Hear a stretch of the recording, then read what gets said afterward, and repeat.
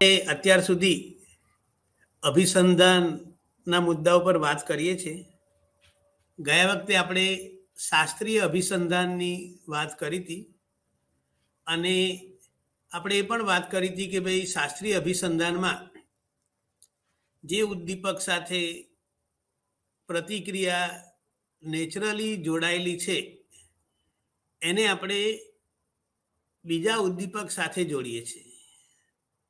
આપણે જો યાદ હોય તો પાવલોવના પ્રયોગમાં એમ કે કૂતરા સમક્ષ ખોરાક રજૂ કરવામાં આવે તો ખોરાકને જોઈને લાળ ઝરવાની પ્રતિક્રિયા જોવા મળે છે. એટલે અહીંયા ખોરાકની સાથે ખોરાક એ ઉદ્દીપક છે અને લાળ ઝરવી એ પ્રતિક્રિયા છે. તો આ એક સ્વાભાવિક પ્રતિક્રિયા છે. આપણે એ પણ વાત કરી હતી કે ભાઈ આપણે ક્યાંક જતા હોઈએ, અત્યારે શિયાળાની સિઝન છે અને સરસ સુગંધ આવે, આપણને લાગે કે ક્યાંક ઊંધિયું બની રહ્યું છે કોઈ રેસ્ટોરન્ટમાં કે હોટલમાં, અથવા જલેબીની સુગંધ આવે તો આપણા મોઢામાં લાળ ઝરે છે. એટલે ખોરાકને જોઈને લાળ ઝરવી એક સ્વાભાવિક પ્રતિક્રિયા છે. પણ પાવલોવે ઘંટડીના અવાજ સાથે લાળ ઝરવાની પ્રતિક્રિયાનું જોડાણ કર્યું હતું. આપણે જાણીએ છીએ કે ભાઈ ઘંટડી વાગે તો કંઈ લાળ ઝરે નહીં, પણ પાવલોવે ઘંટડીનો અવાજ પછી તરત ખોરાક એમ જોડમાં વારંવાર આ ઉદ્દીપકો રજૂ કર્યા અને આવું વારંવાર રજૂ કરવાને કારણે ઘંટડી વાગે, ખોરાક આપવામાં આવે અને એને કારણે લાળ ઝરવાની પ્રતિક્રિયા જોવા મળી. અને કેટલાક પ્રયત્નો પછી માત્ર ઘંટડી વગાડવામાં આવે અને કૂતરામાં લાળ ઝરવાની પ્રતિક્રિયા જોવા મળે. આપણને જો યાદ હોય તો ગયા વખતે આપણે આ જે આકૃતિ છે એની વાત કરી છે અને એમાં 3 તબક્કા છે પાવલોવના પ્રયોગમાં. પ્રથમ તબક્કો ખોરાક અને લાળ ઝરવાનું, બીજા તબક્કામાં કરવામાં આવ્યું તો જે પહેલા તબક્કામાં જોડાણ થયું હતું એ જોડાણ આપણે ઘંટડીના અવાજ સાથે કરી શક્યા હતા. હવે શાસ્ત્રીય અભિસંધાન જે છે એને આપણે માનવીને લાગુ પાડી શકીએ કે કેમ, એના ઘણા બધા અભ્યાસો થયા છે, ઘણા બધા પ્રયોગો થયા છે અને આપણે એની પણ વાત કરી હતી. અને એ શાસ્ત્રીય અભિસંધાનનો ઉપયોગ માનવ શિક્ષણમાં સૌ પ્રથમવાર કરનાર જો કોઈ વ્યક્તિ હોય તો એ વોટસન કરીને છે. આપણને બધાને યાદ હશે, વોટસનનું નામ વર્તનવાદ સાથે જોડાયેલું છે. એણે ઉદ્દીપક અને પ્રતિક્રિયા એની વાત કરી છે. એટલે વોટસને આલ્બર્ટ નામના એક બાળક ઉપર પ્રયોગ કરેલો છે અને એનો પ્રયોગ લિટલ આલ્બર્ટ તરીકે જાણીતો છે. તો આ બાળક જે છે એને એમ કે સફેદ ઉંદર આપવામાં આવ્યો અને બાળક એની સાથે રમવા લાગ્યો, એના ઉપર હાથ ફેરવે અને એ રીતે એની જોડે એનું વર્તન જોવા મળ્યું. બીજું કે ભાઈ મોટો અવાજ, તો એ જે છે એ પણ નેચરલ, જેને આપણે કહીએ કે ભાઈ એ બાળક કંઈ મોટા અવાજથી બીતું નહોતું. અને આ જે ઉંદર છે ત્યાર પછી એણે તો સફેદ સસલાનું પછી રૂવાળું રમકડું અને એ રીતે એણે જે બધી સફેદ વસ્તુઓ હતી એની સાથે બાળક રમવા લાગ્યો. પણ થોડાક પ્રયત્નો પછી એણે જ્યારે બાળક સસલા સાથે કે ઉંદર સાથે રમતો હતો ત્યારે એણે એકદમ પાછળથી મોટો અવાજ કર્યો અને અવાજ થવાને કારણે બાળક બી ગયું, એને ભય લાગ્યો અને રડવા લાગ્યું. તો જ્યારે જ્યારે આવું એને 3-4 વાર કર્યું એટલે જેવો સફેદ ઉંદર કે સસલું આપવામાં આવે અને પછી અવાજ કરવામાં ના આવે છતાં પણ બાળક એને જોઈને રડવા લાગ્યો, એનામાં ભય જોવા મળ્યો. તો અહીંયા આ જે ભયની લાગણી છે એ કોની સાથે જોડાઈ? સફેદ પદાર્થ સાથે. તો આ જે વાત છે એ વાત આપણે ગયા વખતે કરેલી છે. એની સાથે સંકળાયેલા ઉદ્દીપક, સામાન્યકરણ, ભેદન અને સ્પોન્ટેનિયસ રિકવરી, આ બધા મુદ્દાઓની વાત કરી હતી. અને છેલ્લે આપણે એક્સપેરિમેન્ટલ ન્યુરોસિસ, પ્રયોગજનિત મનોવિકૃતિની પણ વાત કરી હતી. તો આ પાવલોનો જે પ્રયોગ છે એ જે નેચરલ બાબતો સાથે ઉદ્દીપક છે એની સાથે જોડાયેલું જે પ્રતિક્રિયાનું જોડાણ, અને એ જોડાણ એણે જે નથી જોડાયેલું, જેને અનકન્ડિશન કહીએ, અભિસંધાન નથી થયેલું, એની સાથે એણે આ જોડાણ કરેલું છે. એટલે એ આપણે સહેજ ધ્યાનમાં રાખીએ. આજે આપણે બીજા એક મહત્વના અભિસંધાનની વાત કરીશું કે ભાઈ પાવલોવનું જે અભિસંધાન છે એ અભિસંધાન નોર્મલી પ્રાણીઓ ઉપરના પ્રયોગોમાં અને બીજા જે પ્રયોગો છે એ જોવા મળે છે.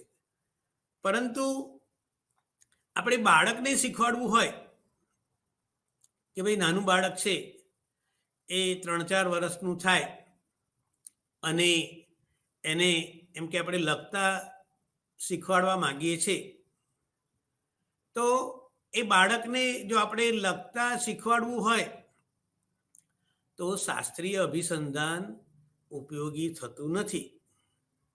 કારણ કે શાસ્ત્રીય અભિસંધાનમાં જે ઉદ્દીપક અને પ્રતિક્રિયા છે એના સ્વાભાવિકપણાની વાત, અને એમાં આપણે ખોરાકને મોટિવેટ તરીકે કરી છે. પણ લખવા માટે પ્રેરિત કરવું હોય બાળકને તો આ શાસ્ત્રીય અભિસંધાન ઉપયોગી નથી. તો આપણને એમ થાય કે ભાઈ કેવી રીતે આપણે બાળકને લખતા શીખવાડી શકીએ? કારણ કે લખવાનું એ પ્રતિક્ષિપ્ત ક્રિયા નથી. જેમ આપણે લાળ ઝરવાની વાત કરી કે ભાઈ કોઈ પણ વ્યક્તિ હોય, ખોરાકની સુગંધ આવે તો લાળ ઝરે, તો એ સ્વાભાવિક ક્રિયા છે કે ભાઈ ખોરાકને જોઈને લાળ ઝરે. અથવા તો આ જે લખવાની વાત છે એ આવેગાત્મક પણ વર્તન નથી, એ કંઈ ઇમોશનલ બિહેવિયર નથી કે ચાલો એને કારણે એમ કે એ થાય. એટલે લખવાની ક્રિયા એ પ્રતિક્ષિપ્ત ક્રિયા નથી અથવા આવેગિક વર્તન પણ નથી. એટલે જો આપણે શાસ્ત્રીય અભિસંધાનનો ઉપયોગ કરીએ અને લખવાનું શીખવાડવા માંગીએ તો એ કદાચ શક્ય નથી. તો આ જે આપણે બાળકને લખતા શીખવાડવું છે અને એના માટે જે અભિસંધાનની ક્રિયા થાય છે એને આપણે એમ કે કારક અભિસંધાન અથવા સાધનરૂપ અભિસંધાન તરીકે ઓળખાવીએ છીએ. તો અહીંયા જ્યારે આપણે જે કંઈ ક્રિયા કરે અને એ ક્રિયાને આપણે એને એક સકારાત્મક, પોઝિટિવ અથવા તો નેગેટિવ જેને કહીએ, તો એ બાબત અહીંયા સંકળાયેલી છે કે ભાઈ એ જે વર્તન કરશે, શરૂઆતમાં એનું વર્તન બરોબર નહીં હોય, ધીરે ધીરે પછી એના વર્તનને આપણે એક શેપ આપી શકીશું. ભાઈ બાળક લખતા શીખે તો શરૂઆતમાં ઘણીવાર કેટલાક બાળકોને આપણે પી લખવાનું કહીએ તો ક્યુ લખે, સી આમ લખવાનું હોય તો એને બદલે એ આમ લખતો હોય છે. પણ પછી ધીરે ધીરે આપણે એ જે કંઈ એના વર્તનો છે એ વર્તનોને ધ્યાનમાં રાખીને આપણે એને એ કરવા પ્રયત્ન કરીએ છીએ. તો અહીંયા આ જે ફેરફાર છે એ જો સકારાત્મક પરિણામ આવે તો એ વર્તનનું પુનરાવર્તન થાય છે, અને જ્યારે નકારાત્મક પરિણામો આવે તો એવા વર્તનો દૂર થાય છે. કે ભાઈ બાળકને આપણે અમુક પ્રકારના વર્તન અને પછી એના માટે બદલો આપીએ, અને એ જો સકારાત્મક આપણે એ કરીએ તો એ વર્તન એનામાં લાંબા સમય સુધી જોવા મળે છે. અને આપણે અમુક વર્તન કરાવવા નથી માગતા તો આપણે એને શિક્ષા કરીએ તો એને લીધે એ વર્તન ભવિષ્યમાં કરશે નહીં. તો એ વર્તનની પુનરાવર્તનની જે સંભાવના છે, અથવા તો એ વર્તનને વધારનાર જે કારકો છે, એને મનોવિજ્ઞાનની ભાષામાં આપણે પ્રબલન કહીએ છીએ, રીઇન્ફોર્સમેન્ટ જેને આપણે કહીએ. તો એ જ્યારે લક્ષિત વર્તનને, આપણે નક્કી કરેલું વર્તન જે છે એને આપણે એમ કે નબળું કરવું હોય કે એને દબાવી દેવું હોય અથવા તો એને દૂર કરવું હોય, તો એ જે કારક છે એને આપણે દંડ કે સજા તરીકે ઓળખીએ છીએ. એટલે પનિશમેન્ટ જેને આપણે કહીએ, તો પનિશમેન્ટ મળશે માટે અમુક ક્રિયા શરૂઆતમાં કરે પણ પછી પાછળથી ન કરે, કારણ કે એ વર્તનને આપણે દૂર કર્યું છે અને એવા વર્તનો જોવા મળતા નથી. જેમ પાવલોવના શાસ્ત્રીય અભિસંધાન સાથે આપણે વાત કરી કે ભાઈ કૂતરા સાથે એણે જે કંઈ પ્રયોગો કર્યા એની વાત અહીંયા કરી છે, એમ આ જે અભિસંધાન છે એના જે પ્રણેતા છે એ BF સ્કિનર કરીને જે મનોવૈજ્ઞાનિક છે, એમણે આ કારક અથવા સાધનરૂપ અભિસંધાનની વાત કરી છે. આગળ આપણે એના અર્થની પણ વાત કરીશું. પણ અહીંયા બાળક કે વ્યક્તિ જે કંઈ વર્તનો કરે છે એ વર્તનો પાછળ આપણે એમ કે એને સ્વૈચ્છિક રીતે કોઈ વર્તન કરે અને એને આપણે એ જે વર્તન છે એ વર્તનનું કોઈ અમુક ચોક્કસ પ્રતિક્રિયા સાથે જોડાણ કરીએ છીએ. અને એટલે આપણે કે ભાઈ એ કારક કંઈક કાર્ય કરે છે અને એ કાર્ય આપણે જે ઈચ્છીએ છીએ એ જો કરે તો આપણે એને બદલો આપીએ, તો એટલા માટે આપણે એને કારક અભિસંધાન કહીએ છીએ. હવે આ જે સ્કિનરનો ખ્યાલ છે એનો સંબંધ થોર્નડાઇકના જે એણે શિક્ષણની ક્રિયાના નિયમો આપ્યા છે, થોર્નડાઇકના નિયમો બહુ જાણીતા છે, આપણે એની ચર્ચા કરતા નથી. પણ એમાંનો એક નિયમ લો ઓફ ઇફેક્ટ, કે ભાઈ અસરનો જે નિયમ છે એ અસરના નિયમના આધારે એમ કે આ સ્કિનરનું અભિસંધાનનો ખ્યાલ એમાં સમાયેલો છે, અથવા તો આપણે એને આધારે સમજાવી શકીએ કે જો આપણને અસરના નિયમની ખબર હોય તો શું છે આ અસરનો નિયમ. તો થોર્નડાઇકે કીધું કે ભાઈ સુખદ પરિણામોની પછી વર્તનનું પુનરાવર્તન થવાની સંભાવના છે. આગળ આપણે પ્રયોગ જોઈશું ત્યારે વધારે ખ્યાલ આવશે કે ભાઈ સુખદ પરિણામ, હું અમુક કામ કરું, નાનું બાળક હોય અને કોઈ મહેમાન આવે અને નમસ્તે કરે અને પછી એને ચોકલેટ મળે, તો અહીંયા ચોકલેટ જે છે એ એના વર્તનનું સુખદ પરિણામ છે. એટલે ભવિષ્યમાં જ્યારે જ્યારે પણ ઘરે મહેમાન આવે તો આપણે કહીએ કે ના કહીએ એ નમસ્તે કરશે, કારણ કે નમસ્તે કરવાથી એને ચોકલેટ મળે છે. પણ અપ્રિય ભાઈ અણગમતી બાબતો જે છે એવા વર્તનને અટકાવવા માટે આ જો આપણે પરિણામ જે છે એના માટે એને સજા કરીએ તો એ સજાને કારણે એ વર્તન કરતા અટકશે. એટલે બાળક હોય કે ભાઈ ઘણીવાર આપણે જોઈએ છે કે નાના બાળકો રમતા હોય અને પછી અપશબ્દો બોલે. હવે બાળક તો નિર્દોષ હોય છે, એને ખબર નથી હોતી કે ભાઈ આનો અર્થ શું થાય, પણ મા બાપ કહે કે ભાઈ આવું ખરાબ બોલાય નહીં, અને એને કારણે જો એને શિક્ષા થાય કે ભાઈ ઘણા બધા જે પાસાઓ છે એમાંથી અમુક શબ્દ બોલે, અપશબ્દ બોલે તો આપણે એને ટીકા કરીએ, એને આપણે સજા કરીએ, તો એ સજાને કારણે આપણે એવું વર્તન રોકી શકીએ છીએ. એટલે ભવિષ્યમાં એ શબ્દ બોલતા જો એને સજા થઈ હશે તો શું થશે? એ બાળક એમ કે વિચારશે કે ના ભાઈ, હું આવું બોલીશ તો મને શિક્ષા થશે, મને ઠપકો મળશે, મારી ટીકા થશે, તો એ પ્રકારનું વર્તન કરતો નથી. તો આ જે સ્કિનરનો પ્રયોગ છે એના વિશેની આપણે જાણકારી મેળવી કે ભાઈ એણે જે પ્રયોગ કર્યો છે એ પ્રયોગને આધારે આપણે એને કરીએ. અહીંયા એક સરળ આકૃતિ દોરવા પ્રયત્ન કર્યો છે. જો કે આપણે ઉંદર લાવી શકતા નથી એટલે અહીંયા એનું નામ જ ખાલી અક્ષરથી લખ્યું છે. તો આ જે ચેમ્બર છે જેને સ્કિનર પેટી તરીકે ઓળખવામાં આવે છે, અને અહીંયા ઉંદરને મૂકવામાં આવે અને પછી અહીંયા આ અન્ન પાત્ર છે અને અહીંયા ખોરાક, આમાંથી એ આ લીવર દબાવે તો ખોરાક આના અંદર આવે, એ પ્રેસ કરે અને અહીંયા એ કેટલી વાર લીવર દબાવે છે એની નોંધ થાય, એ નોંધ માટેનું આ સાધન છે.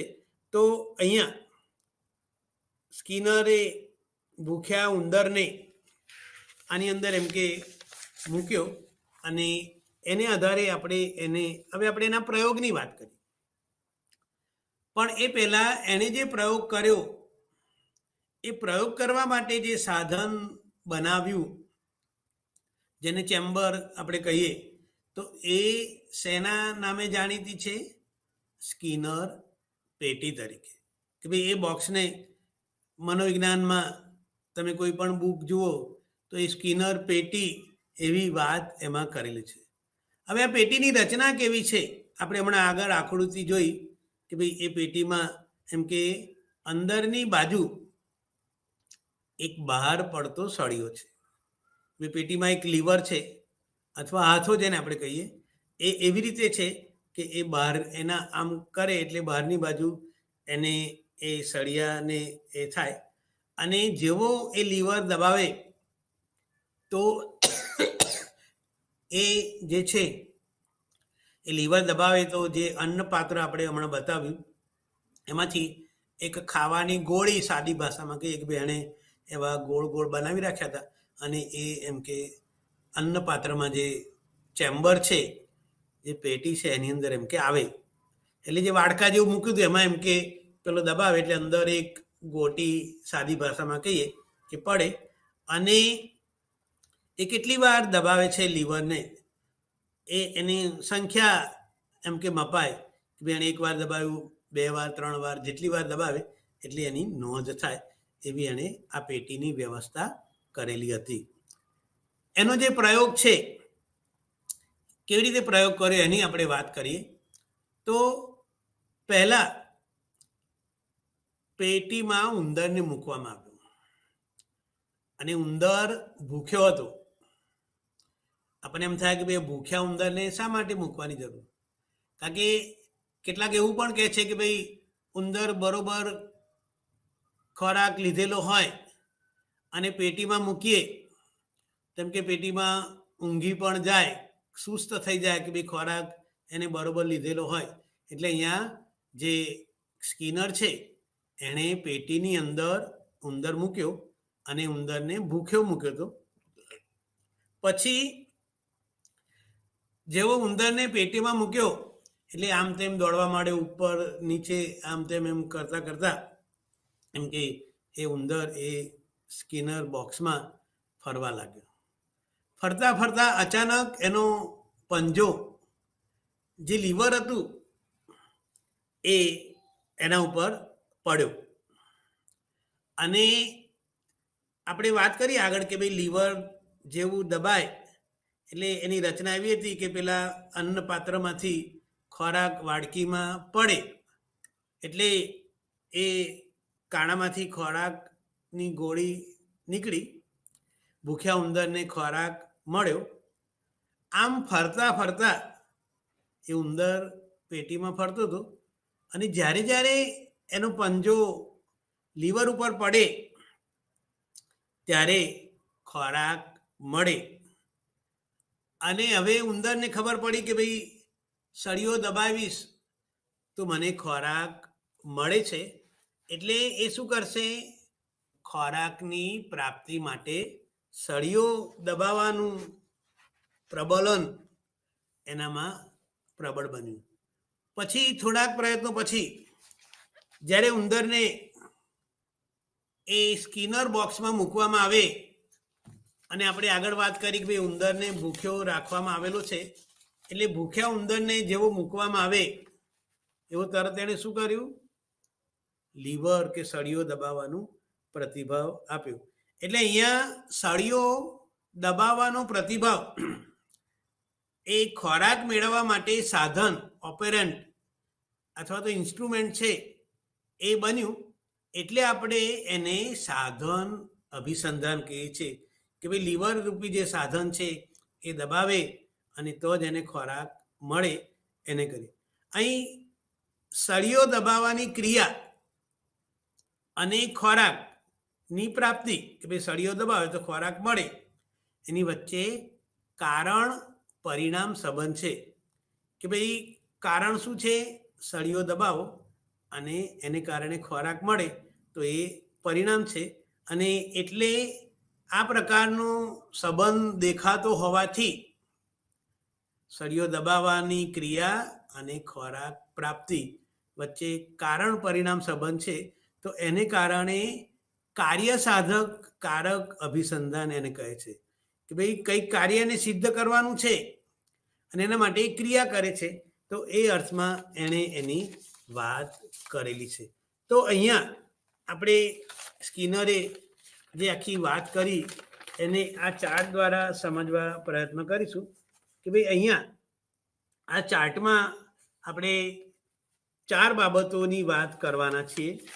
અને એમાં પ્રક્રિયા, તો 4 પ્રકારની પ્રક્રિયા: સકારાત્મક સુદૃઢીકરણ અથવા પ્રબલન, નકારાત્મક પ્રબલન, સકારાત્મક સજા અને નકારાત્મક દંડ અથવા સજા.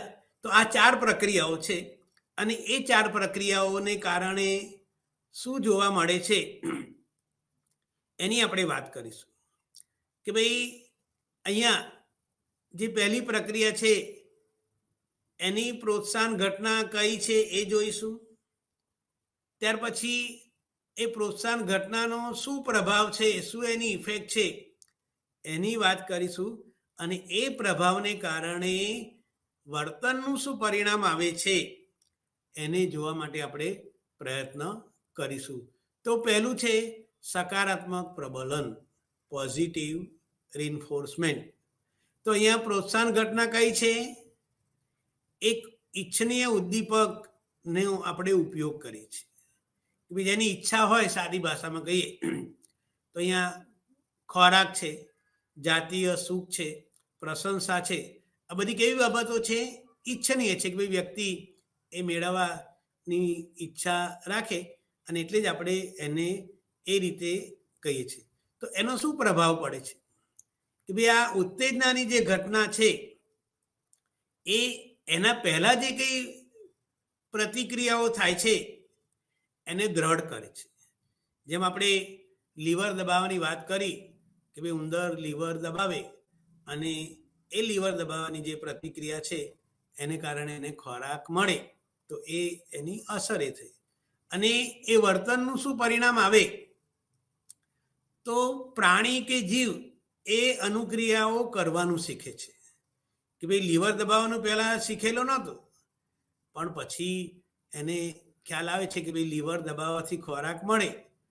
કોઈ વ્યક્તિ સારું કામ કરે, તેની પ્રશંસા થાય તો પછી એને સારું કામ કરવાની, કે ભાઈ જ્યારે જ્યારે પ્રશંસા એને જોઈતી હોય તો શું કરશે? એ પોતાનું કામ સારું કરશે. તો આ જે શીખે છે, જે સકારાત્મક પ્રબલન ઉત્પન્ન કરે છે કે ભાઈ સારી બાબતો એ શીખે છે અને એ રીતે એનું પરિણામ થાય છે. બીજો જે ખ્યાલ છે નકારાત્મક પ્રબલન, કે જેને આપણે ઈચ્છતા નથી, જેને આપણે પ્રતિકૂળ બાબત ગણીએ છીએ. તો કઈ બાબતો કે ગરમી છે, શરદી છે, કડક ટીકા છે, આ બધી બાબતો આપણે ઈચ્છતા નથી કે ભાઈ કોઈની ટીકા કરીએ તો દરેક વ્યક્તિ ટીકા એને પસંદ હોતી નથી કે ભાઈ એ કામ કરે અને પછી એની ટીકા થાય. તો આ જે છે એમાં પ્રોત્સાહન ઘટના શું છે? ભાઈ આપણે એનાથી એની ઈચ્છા રાખતા નથી કે ભાઈ મને ઠપકો ના મળે, મને શરદી ના થાય. જેમ અત્યારે એમ કે હું સ્વેટર પહેરીને બેઠો છું, હું બહાર જાઉં તો મારા માથે એમ કે ગરમ ટોપી પહેરું અને એ રીતે એમ કે એ શરદીથી બચવા માટે, અથવા ગરમી કોઈ ગરમ પદાર્થ હોય એને અડવાથી દાઝી જવાતું હોય, અથવા આપણે જોઈએ છે કે ભાઈ ઘણીવાર બાઇકનું જે સાયલેન્સર હોય એ જો ગરમ હોય ને આપણે અડી જઈએ તો એનાથી દઝાતું હોય છે. તો આ બધી બાબતો એવી છે કે જેનાથી આપણે દૂર રહેવા ઈચ્છીએ છીએ. તો એનો પ્રભાવ, એની અસર શું છે? પ્રતિક્રિયાઓને મજબૂત કરે છે. કઈ પ્રતિક્રિયાઓને? કે જે એને બચવામાં મદદરૂપ થાય છે. કે ભાઈ વસ્તુને હું અડીશ, ગરમ છે તો હું શીખીશ કે ભાઈ હવે આ વસ્તુને મારે અડવી જોઈએ નહીં. હું આમ કરીશ તો મને ઠપકો મળશે, મારી ટીકા થશે. તો પછી વ્યક્તિ એ પ્રમાણે એની અસર એનામાં જોવા મળે છે. અને ચોથું, એમાં શું વર્તનનું પરિણામ આવશે? કે ભાઈ જીવ પ્રતિક્રિયા કરવાનું શીખે છે, જે તેમને નકારાત્મક પ્રબલનથી બચવામાં મદદ કરે છે, અથવા છટકવામાં. કે ભાઈ નકારાત્મક પ્રબલનથી છટકી જવા માટે પણ આ જે છે એ મદદરૂપ થાય છે. તો અહીંયા આપણે સકારાત્મક પ્રબલન અને નકારાત્મક પ્રબલનની વાત કરી. આપણે આગળ પણ વાત કરી હતી કે ભાઈ સ્કિનરે જે વિધાયક કે સકારાત્મક બાબતો છે એને દ્રઢ કરવા માટે જે વાત કરી પ્રબલનની, અને બીજી વાત કરી નકારાત્મક અને સકારાત્મક સજાની. તો પહેલા આપણે સકારાત્મક દંડ કે સજાની વાત કરીશું. Positive punishment. આપણે એમ થાય કે ભાઈ પનિશમેન્ટ તો પનિશમેન્ટ હોય, એમાં શું પોઝિટિવ હોય? પણ એ પોઝિટિવ પનિશમેન્ટ જે છે એમાં આપણે શું કરીએ છીએ? એક અનિચ્છનીય પ્રતિક્રિયાને એમ કે એ ના કરે, એ પોઝિટિવ રીતે એ કરે, એટલા માટે આપણે અહીંયા આપણે સજા કરીએ છીએ. પણ એ સજા કેવી છે? પોઝિટિવ, કે એનું વર્તન સારું થાય અને એના સંદર્ભમાં આપણે એને એ કરીએ છીએ. તો એની શું અસર પડે છે? કે ઉત્તેજનાની જે ઘટના છે એ પહેલા થવાવાળી પ્રતિક્રિયાઓને નબળી બનાવે છે. કે ભાઈ અમુક વર્તન કરીશ તો મને એમ કે સજા થશે, તો એ બાળક એ શું કરશે? કે ભાઈ એ વર્તન કરશે નહીં. એટલે જે પહેલા પ્રતિક્રિયા કરતો હતો, પણ આ સજાની જે પ્રભાવ છે એને કારણે એ પ્રકારનું વર્તન કરશે નહીં. અને એ વર્તનનું શું પરિણામ આવશે? કે ભાઈ જીવ પ્રતિક્રિયાઓને દબાવતા શીખે છે. કે ભાઈ એ પોઝિટિવ પનિશમેન્ટ એને શું શીખવાડે છે? કે ભાઈ આવી પ્રતિક્રિયા કરવી જોઈએ નહીં, અને એને એ દબાવતા શીખે છે. અને જેનાથી એમ કે અપ્રિય પરિણામ જોવા મળતું હતું એ ન જોવા મળે એટલા માટે એ એમ કે અમુક વર્તન કરતો નથી. ત્યાર પછી નકારાત્મક સજા, નેગેટિવ પનિશમેન્ટ જેને આપણે કહીએ.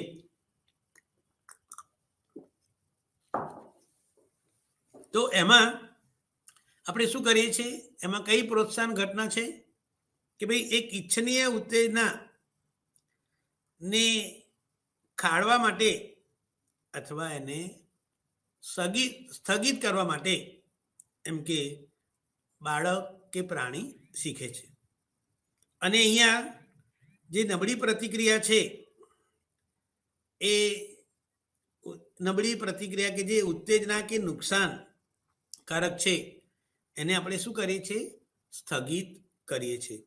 અને એમાં કે ભાઈ વ્યક્તિ એમ કે એને દબાવતા શીખે છે કે ભાઈ મને સજા થશે. તો એને કારણે આપણે ફરીથી છે આકૃતિને જોવા પ્રયત્ન કરીએ. તો આ જે આકૃતિ છે એ ફરીથી તમે જોશો, આપણે જે કંઈ વાત કરી છે એના અનુસંધાનમાં તમે એને જોવા પ્રયત્ન કરશો તો આ જે સ્કિનરનો આખો ખ્યાલ છે એ તમને એમ કે એક આખું એનું જે માળખું, જેમ પાવલોના પ્રયોગમાં કેટલાક શબ્દો આપણે જો ખબર હોય તો અનકન્ડિશન સ્ટિમ્યુલસ, યુએસ જેને આપણે કહીએ છીએ, અને અનકન્ડિશન રિસ્પોન્સ, અનઅભિસંધિત પ્રતિક્રિયા.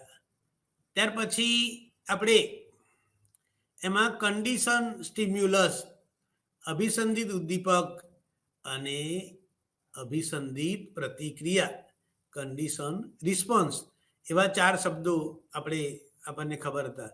તો અહીંયા આ જે સ્કિનરનો ખ્યાલ છે એમાં પણ પોઝિટિવ રીઇન્ફોર્સમેન્ટ, નેગેટિવ રીઇન્ફોર્સમેન્ટ, પોઝિટિવ પનિશમેન્ટ અને નેગેટિવ પનિશમેન્ટ એ ખ્યાલ જો આપણને બરોબર ખબર પડી હોય તો આપણે વધારે સારી રીતે એમ કે એ કરી શકીએ.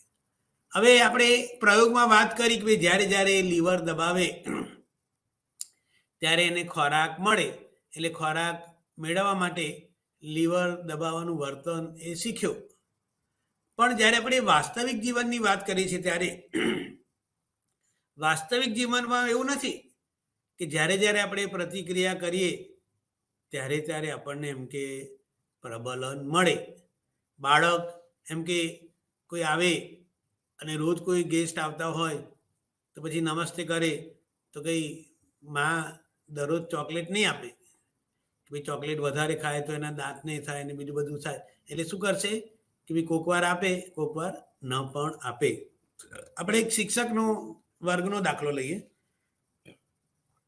કે ભાઈ કોઈ શિક્ષક હોય એ વિદ્યાર્થીની પ્રશંસા કરે, એટલે ક્યારેક ક્યારેક એ પ્રશંસા કરે, કોઈ વર્તન કરે કે ભાઈ એ સરસ લખી લાવે.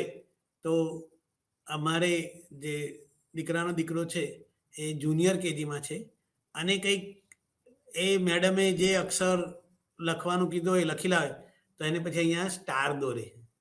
એટલે શું થાય કે ભાઈ એની પ્રશંસા કરી કે ના ભાઈ તે સરસ કર્યું છે, એટલે અહીંયા હાથ ઉપર એને સ્ટાર દોરી આપે. ક્યારેક તે માત્ર સ્વીકાર કરે કે ભાઈ સ્ટાર દોરે નહીં, કે ભાઈ લખ્યું છે બરોબર છે. અને ઘણીવાર એને ખૂબ સરસ લખેલું હોય છતાં પણ એ મેડમ ધ્યાન ના આપે, એ બાળક જઈને બતાવે કે જુઓ મેડમ મેં બહુ સરસ લખ્યું છે. પણ કેટલીક વાર શિક્ષકો શું કરે છે, એને નજરઅંદાજ કરે છે, એના ઉપર ધ્યાન આપતા નથી કે ભાઈ એને પ્રબલન ના મળ્યું, કે ભાઈ પહેલા સ્ટાર મળતો તો એને એમ કે મને એકના બદલે 2 સ્ટાર આપશે, મેં ઘણું સારું કામ કર્યું છે, પણ એવું જોવા મળ્યું નહીં. એટલે અહીંયા પ્રબલન આપવાનો કોઈ ચોક્કસ નિયમ નથી. ભાઈ બાળક જ્યારે જ્યારે સારું લખે, કોઈ બાળક સારું ચિત્ર દોરે તો એ ચિત્ર દરેક વખતે ચિત્ર દોરીને લાવે, ભલે સારું હોય છતાં શિક્ષક એમ કે પ્રબલન આપતા નથી. એટલે મનોવૈજ્ઞાનિકે એવું સૂચ્યું કે ભાઈ પ્રબલન આપવાની ઘણી રીતો હોઈ શકે. કે ભાઈ અહીંયા સ્ટારની રીત છે, પછી એની પ્રશંસા કરે, એને કોઈ ચોકલેટ કે પેન આપવામાં આવે, તો આ બધી ઘણી બધી રીતો છે. અને કેવી રીતે પ્રબલન મેળવેલું છે એ પણ વર્તનને પ્રભાવિત કરે છે. એટલે અહીંયા આપણે પ્રબલનની જ વાત કરીએ છીએ કે ભાઈ એને પ્રબલન મળ્યું, કે ભાઈ સ્ટાર મળ્યો અથવા સ્ટાર ને બદલે પ્રશંસા મળી, તો એ જે વાત છે એ કરી. તો અહીંયા આપણે એ જે પ્રબલનના કાર્યક્રમ છે એના વિશેની વાત કરીશું અને એનો વાસ્તવિક જીવન સાથે શું સંબંધ છે એને આપણે ધ્યાનમાં રાખીને એને સમજવા પ્રયત્ન કરીશું.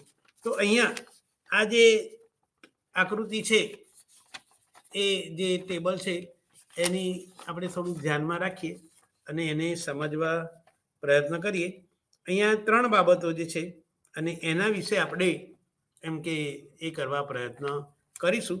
તો અહીંયા જે વાત છે એ વાતને આપણે કે જ્યારે આપણે પ્રબલનની વાત કરીએ તો એ પ્રબલનને આપણે શું કરીએ છીએ, અને ચોક્કસ ક્રમ હોય છે.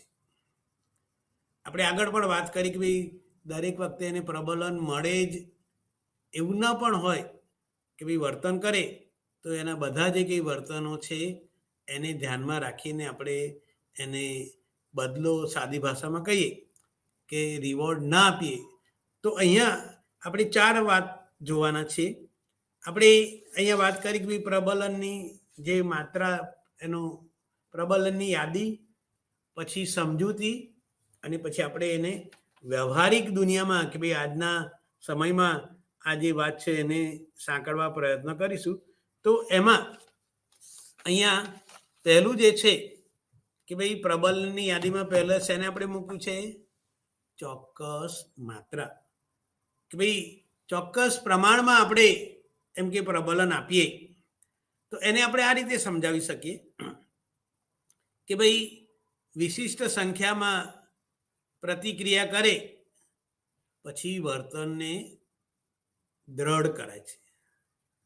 ભાઈ હાથો દબાવવામાં એકવાર દબાવે તો કંઈ એને ખોરાક ના મળે, પણ એ 20 વાર હાથો દબાવે તો એકવાર પ્રબલન આપવામાં આવે.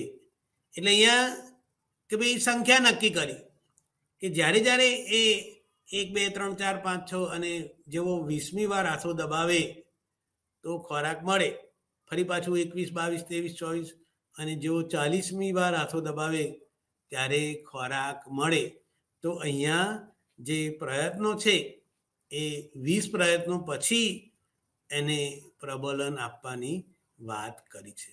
હવે આપણે એના વાસ્તવિક દુનિયા સાથે અને આપણે અહીંયા ઓર્ગેનાઇઝેશન બિહેવિયરની વાત કરેલી છે કે ભાઈ કોઈ કારખાનું હોય એમાં જે કામ કરનાર કારીગરો અથવા શ્રમિકો કે મજૂરો જેને આપણે કહીએ એની અહીંયા ઉદાહરણમાં આપણે જોઈએ કે ભાઈ અહીંયા કેટલીક જગ્યાએ વસ્તુનું ઉત્પાદન જેટલું કરે એની સંખ્યા મુજબ પગાર આપવામાં આવે.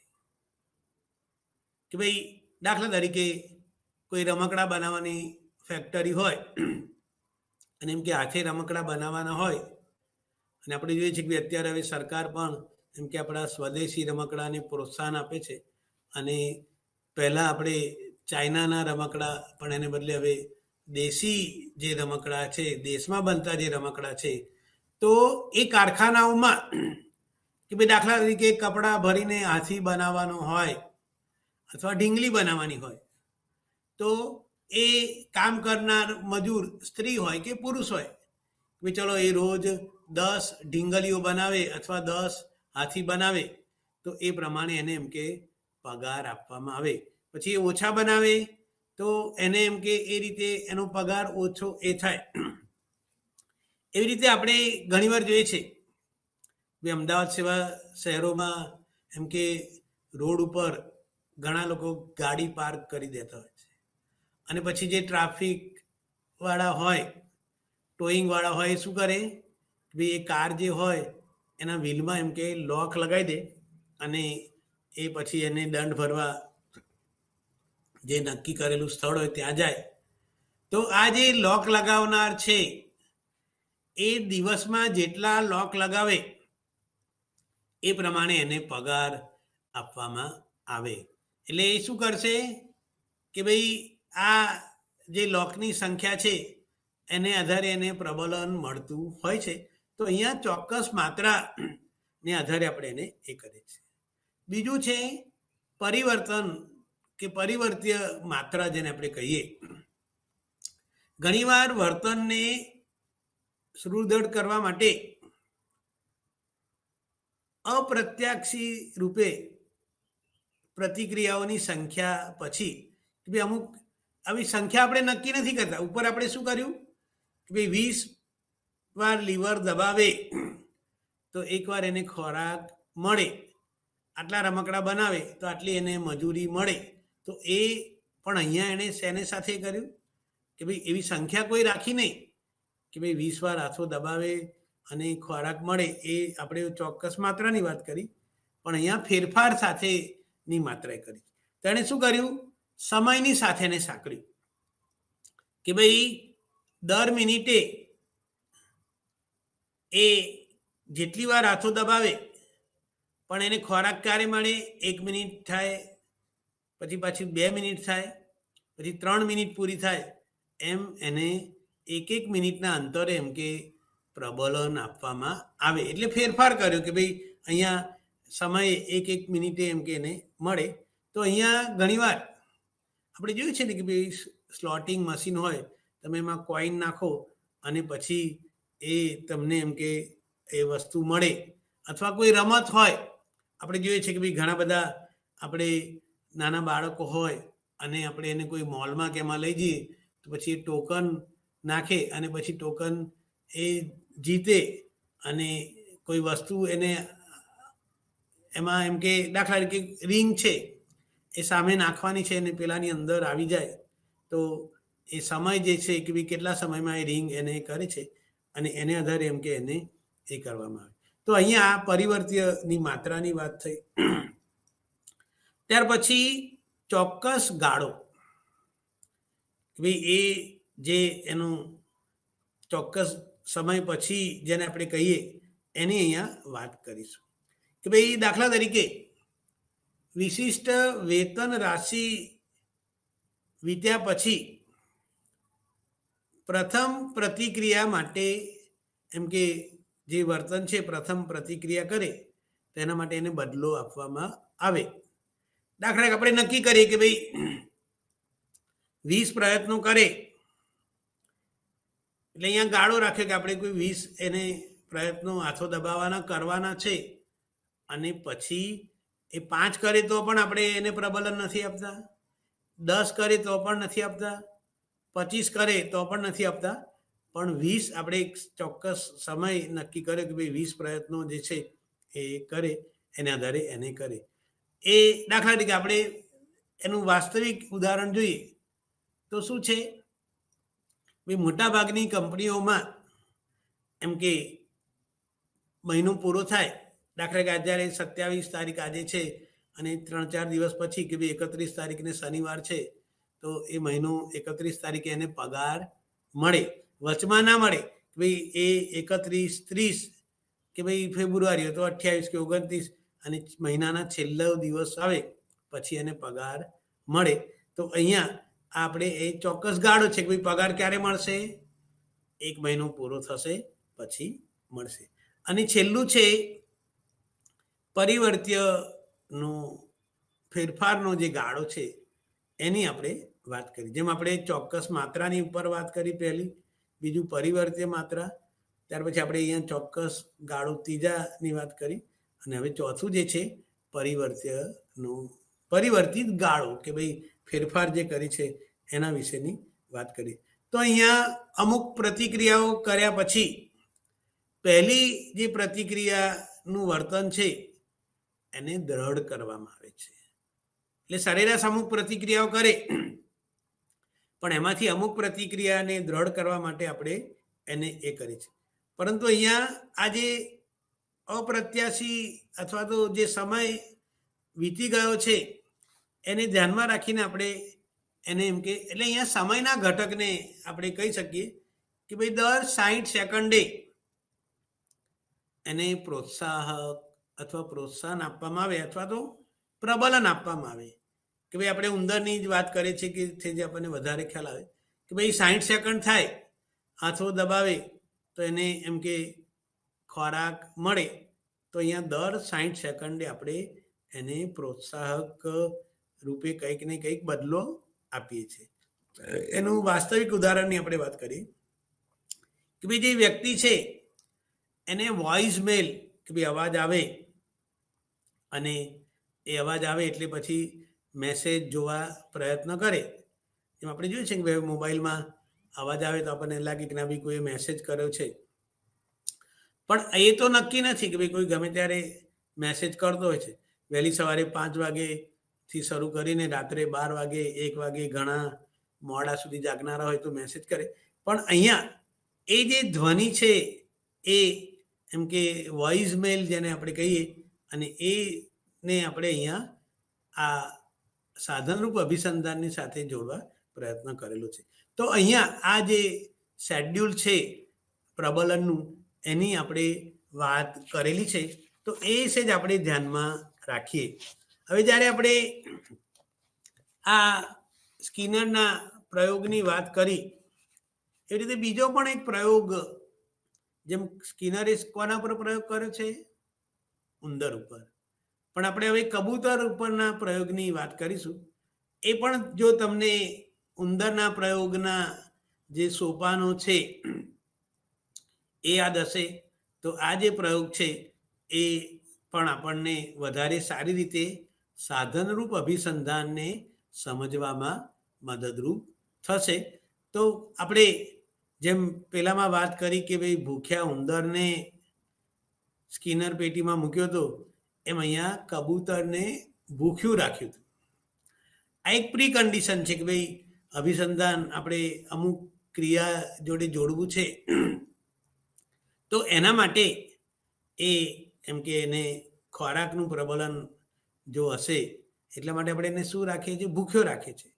ભૂખ્યો હશે તો એને ખોરાક મેળવવાની ઈચ્છા થશે. તો અહીંયા આપણે વાત કરતા હતા કે ભાઈ કબૂતરને એમ કે ભૂખ્યું રાખ્યું, પછી એને પેટીમાં મૂકવામાં આવ્યું. તો જેવું પેટીમાં મૂકવામાં આવ્યું તો શું કર્યું? એણે આમ તેમ ફરવા માંડ્યું કે ભાઈ એ આમ તેમ આટા મારે, અને પછી એ જે પેટી છે એમાં ચાંચ મારે, અહીંયા ચાંચ મારે, અને એ રીતે એ ગોળ ગોળ ફરે, આ બાજુ જાય આ બાજુ જાય, અને એ રીતે એમ કે એ આગળ. હવે એ પેટીમાં કેવી રચના હતી? એક છેડા ઉપર અહીંયા ચાવી હતી, કી જેવું એમ ગોળાકાર હતું, અને એ એમ કે એને એ કબૂતર ફરતું ફરતું ચાંચ મારે, તો એ ચાંચ મારવાને કારણે શું થાય? ખોરાક મળે. પણ એ અચાનક શું કરે છે? એ જે કી છે એના ઉપર ચાંચ મારે છે, અને એ ચાંચ મારવાને કારણે એને એમ કે આપોઆપ ખોરાક મળે છે. પછી એની નજર ખોરાક ઉપર જાય છે કે ભાઈ એને ચાંચ મારી, અને એ ચાંચ મારવાને કારણે એ સાધનમાં જેમ સ્કિનર પેટીમાં રચના હતી કે ભાઈ હાથો દબાવે તો એ હાથાની જોડાણ બહાર જે ખોરાકનું પાત્ર હતું એની સાથે હતું, અને એને કારણે શું થતું હતું? એ બહારથી ખોરાક એ જે પાત્ર હતું એમાં પડતું. એમાં અહીંયા પણ એ ખોરાક એમ કે પડ્યો, એટલે એની નજર શેના ઉપર પડી? ખોરાક ઉપર. અને પછી એ ખોરાક લે છે કે ભાઈ એ 10-12 દાણા પડ્યા હોય એ વાડકીમાં, તો એક એક કરીને દાણા ખાઈ જાય અને ખોરાક પૂરો કરે. ફરીથી એને આપણે અંદર મૂકીએ અને ફરતું હોય, ફરીથી ચાંચ મારે અને ફરીથી એને ખોરાક મળે. આમ અચાનક ચાંચ મારે છે અને ખોરાક મળે છે, અને પછી ખોરાક લે છે. આ પ્રતિક્રિયાનું વારંવાર પુનરાવર્તન થાય કે ભાઈ જ્યારે જ્યારે આપણે એને પેટીમાં કબૂતરને મૂકીએ ભૂખ્યું હોય, અને પછી એ એમ કે પેલી જે ચાવી છે એને ચાંચ મારે, તો અહીંયા શું થયું? શરૂઆતમાં એના વર્તન કેવા હતા? આકસ્મિક, કે ભાઈ એ પેટીમાં ગોળ ગોળ ફરે, ચાંચ મારે, એ ઘૂં ઘૂં કર્યા કરે, અથવા બીજા જે કે એના વર્તનો છે બધા કેવા હતા? આકસ્મિક હતા. તો એ બધા વર્તનોમાંથી પછી જ્યારે જ્યારે 10-12 પ્રયત્નો પછી આપણે એને અંદર મૂકીએ તો એ શું કરતું હતું? તરત જ એ જે ચાવી હતી એને એમ કે ચાંચ મારતું હતું. એટલે અહીંયા જે આકસ્મિક વર્તનો હતા એની સંખ્યા ધીરે ધીરે ધીરે ઘટવા માંડી, અને પછી જેવું આપણે અંદર મૂકીએ ભૂખ્યા કબૂતરને, એવું તરત ચાંચ મારે અને પછી ખોરાક એમ કે લે. અને એ રીતે પહેલા ઘણા બધા પ્રયત્નો કરતું હતું આકસ્મિક, પણ હવે એ એક જ પ્રયત્ન કરતું હતું કે જેવો આપણે અંદર મૂકીએ એવું પેલી કીને ચાંચ મારે અને ખોરાક મળે. તો આ જે વાત છે એ પણ આપણને જે સ્કિનરનો પ્રયોગ છે એને સમજવામાં મદદરૂપ થાય છે. આપણે આગળ પાવલોના પ્રયોગની વાત કરી અને આપણે સાધનના અભિસંધાનની પણ વાત કરી કે ભાઈ બંને અભિસંધાનો મહત્વના છે. તો એમાં આપણે પાવલોના પ્રયોગની આગળ જો આપણને ખબર હોય તો એમાં આપણે અનકન્ડિશન સ્ટિમ્યુલસ, તો ઉદ્દીપક 2 એ શું છે? ખોરાક. પછી પ્રતિક્રિયા 1 એ શું છે? અનકન્ડિશન રિસ્પોન્સ. ખોરાક જુએ તો લાળ ઝરે એટલે એક સ્વાભાવિક પ્રતિક્રિયા છે, એમાં કે એનું જોડાણ નથી. પછી આપણે શું કર્યું? કન્ડિશન સ્ટિમ્યુલસ ઉદ્દીપક 1 એ ઘંટડી છે અને આપણે જાણીએ છીએ કે ભાઈ શરૂઆતમાં ઘંટડી વગાડવામાં આવતી ત્યારે કૂતરો આમ તેમ જોતો અને એના કાન ટટ્ટાર થતા, એ ડોક પોતાની એમ કે ઊંચી નીચી કરતો હતો, એટલે એ સ્વાભાવિક પ્રતિક્રિયા છે. અને પછી આપણે સાધન આ જોડમાં રજૂ કર્યા, પહેલા ઘંટડી વગાડે પછી ખોરાક આપવામાં આવે, તો પછી કઈ કન્ડિશન રિસ્પોન્સ જોવા મળ્યો? લાળ ઝરવાની પ્રતિક્રિયા. એટલે પહેલા ઘંટડીના અવાજ સાથે લાળ ઝરવાની પ્રતિક્રિયા જોડાયેલી નહોતી, પણ હવે એ જોડમાં અમુક સમયના અંતરે રજૂ કરવાને કારણે ઘંટડી વાગે ખોરાક મળે, ઘંટડી વાગે ખોરાક મળે, આવું વારંવાર થવાને કારણે એનામાં જોડાણ થયું કે ભાઈ જેવી ઘંટડી વાગે એટલે એનામાં લાળ ઝરે, કારણ કે એને ખબર છે કે હવે ખોરાક મળશે. તો આ આપણે જાણીએ છીએ કે એની પણ વાત કરી. આજે આપણે જે સાધન અભિસંધાનની વાત કરી એને પણ આપણે એ જે છે કે ભાઈ ઉદ્દીપક 1 શું છે? આપણે અહીંયા ફરી પાવલોને લીધે જ આપણે ઘંટડી શબ્દ એ કર્યો છે. અને પ્રતિક્રિયા 1 શું છે? હાથમાં એમ કે પગ આપે કે ભાઈ કૂતરો હતો તો એ એમ કે અહીંયા એ પગ આપે. પછી એને ઉદ્દીપક 2 ખોરાક અને પ્રતિક્રિયા 1 લાળ ઝરવી. તો અહીંયા આપણે સાધનરૂપ અભિસંધાનમાં શું વાત કરીએ છીએ? ઉદ્દીપક 1 શું છે? કે ભાઈ જો ઉંદરને, ભૂખ્યા ઉંદરને આપણે મૂકીએ પેટીમાં, તો પેટીમાં ફરવું એ ઉદ્દીપક 1 છે. પ્રતિક્રિયા 1 શું છે? સળિયો દબાવો, કે ભાઈ લીવર દબાવે. આપણે કબૂતરની વાત કરી કે ભાઈ કી ઉપર ચાંચ મારે, તો એને કારણે ઉદ્દીપક 2 શું છે? ખોરાક મળે એને. અન્ન ગુટિકા આપણે હમણાં વાત કરી કે ભાઈ પાત્રમાં પડે, અને પ્રતિક્રિયા શું છે? લાળ ઝરવી. તો અહીંયા પણ આ બંને વચ્ચે શું તફાવત છે? કે ભાઈ શાસ્ત્રીય અભિસંધાનમાં પ્રબલન કયું છે? અહીંયા ખોરાકની રજૂઆત બિનશરતી છે, કે ભાઈ એને કોઈ પ્રયત્ન કરવો પડતા નથી. આપણે એવું કોઈ કન્ડિશન મૂકતા નથી કે ચલો પ્રાણી આ રીતનું વર્તન કરશે તો એને ખોરાક મળશે. જ્યારે સાધનરૂપ અભિસંધાનમાં આપણે શું કરીએ છીએ? અહીંયા પ્રબલન શું છે? અહીંયા પણ પ્રબલન ખોરાક જ છે, કે ભાઈ એ ઉંદર કે કબૂતર ભૂખ્યું છે અને ભૂખ્યું છે એટલે એને ખોરાક જોઈએ. તો પણ અહીંયા આપણે શું કન્ડિશન કરી કે એને ખોરાક ક્યારે મળે? જ્યારે એ સળીઓ દબાવે અથવા કી ઉપર ચાંચ મારે ત્યારે જ એને ખોરાક મળે. જ્યાં સુધી લીવર ન દબાવે, પછી એ પેટીની અંદર 2 મિનિટ 5 મિનિટ 10 મિનિટ ફર્યા કરે તો પણ આપણે એને ખોરાક આપતા નથી. પણ જો લીવર દબાવે અથવા જે કી છે એને ચાંચ મારે તો જ એને ખોરાક મળે. એટલે ખોરાક મેળવવા માટે એને કયું વર્તન શીખવું પડ્યું?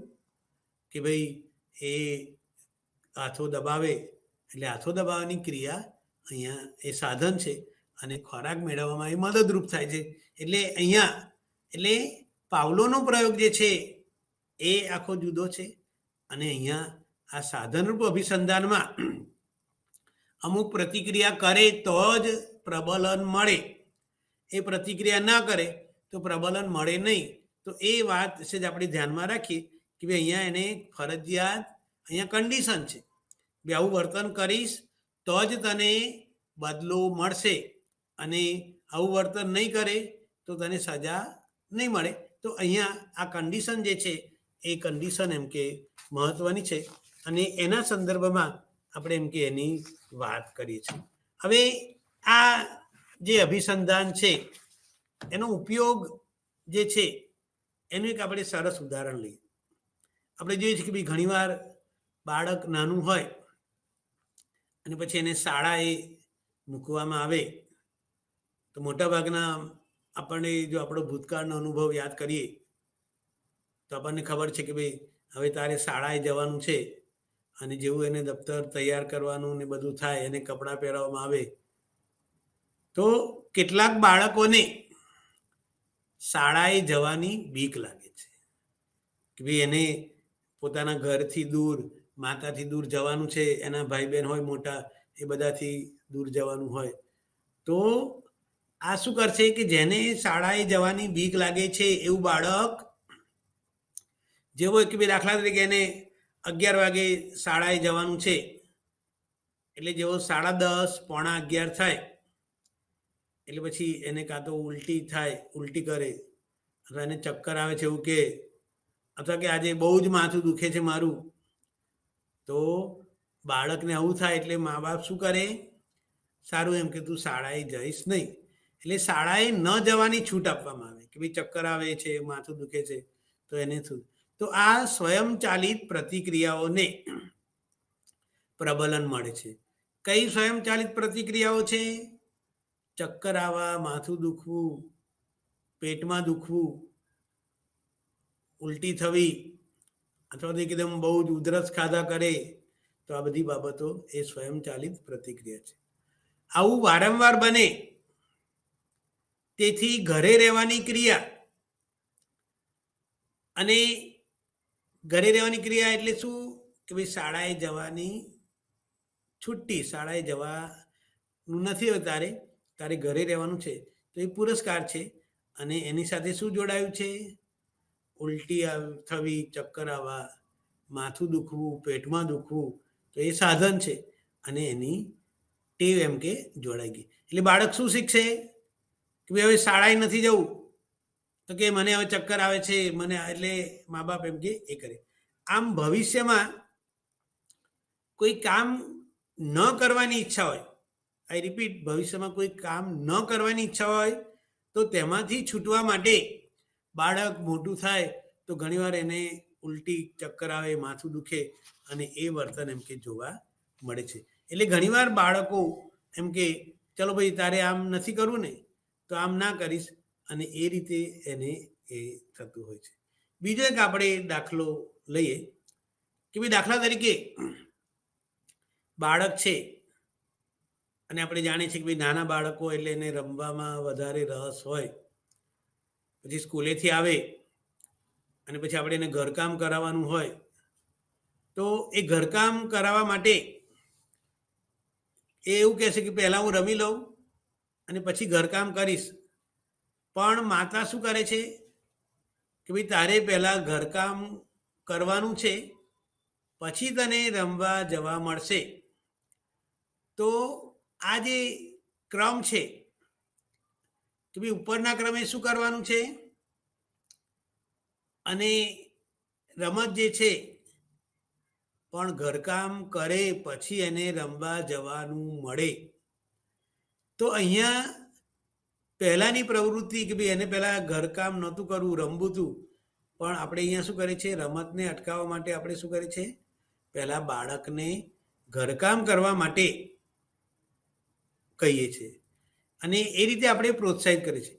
એટલે બાળક તમે જોજો પછી કે ભાઈ નાનું બાળક સ્કૂલેથી આવે અને પછી એ નાસ્તો કે જમી લે પછી પહેલાં શું કરશે? ઘરકામ કરવા બેસી જશે. કેમ ઘરકામ કરશે? કે ભાઈ એને એમ કે રમવા જવું છે તો એ રમવા જવા માટે એમ કે એ આ પહેલાં ઘરકામ કરશે કે જે એને ગમતું ઓછું હોય પણ એને રમવાનું વધારે ગમે છે. તો અહીંયા આપણે ઘરકામ કરવા માટે આપણે એને રમવા જવાની વાતને પહેલાં આપણે ઘરકામ કરાવીએ છીએ. એટલે એનો ક્રમ ઉપરનો અને નીચે જે ક્રમ છે એના સંદર્ભમાં આપણે એને સમજવા પ્રયત્ન કરી. તો અહીંયા આપણે એને એ કરીએ. જેમ પ્રબલનનું પ્રમાણ વધારે તેમ શીખવાની ક્રિયા વધારે ઝડપી બને છે. કે ભાઈ ઘણીવાર પ્રબલન ઓછું હોય તો એ શીખવાની ક્રિયા ઓછી હશે. આપણે કે બાળકને નાની ચોકલેટ આપીએ અને પછી એમ કે તું ઘરકામ કરીશ પછી તને ચોકલેટ મળશે, એના બદલે આપણે મોટી ચોકલેટ આપીએ તો એની શીખવાની ઝડપ એમ કે વધારે જોવા મળશે. તો એ સંદર્ભમાં આપણે અહીંયા એની વાત કરેલી છે. એટલે બાળકોને શીખવાડવા માટે એ જરૂરી છે. નેક્સ્ટ ટાઈમ આપણે આગળના મુદ્દાની વાત કરીશું. નમસ્કાર, મને શાંતિથી સાંભળવા બદલ.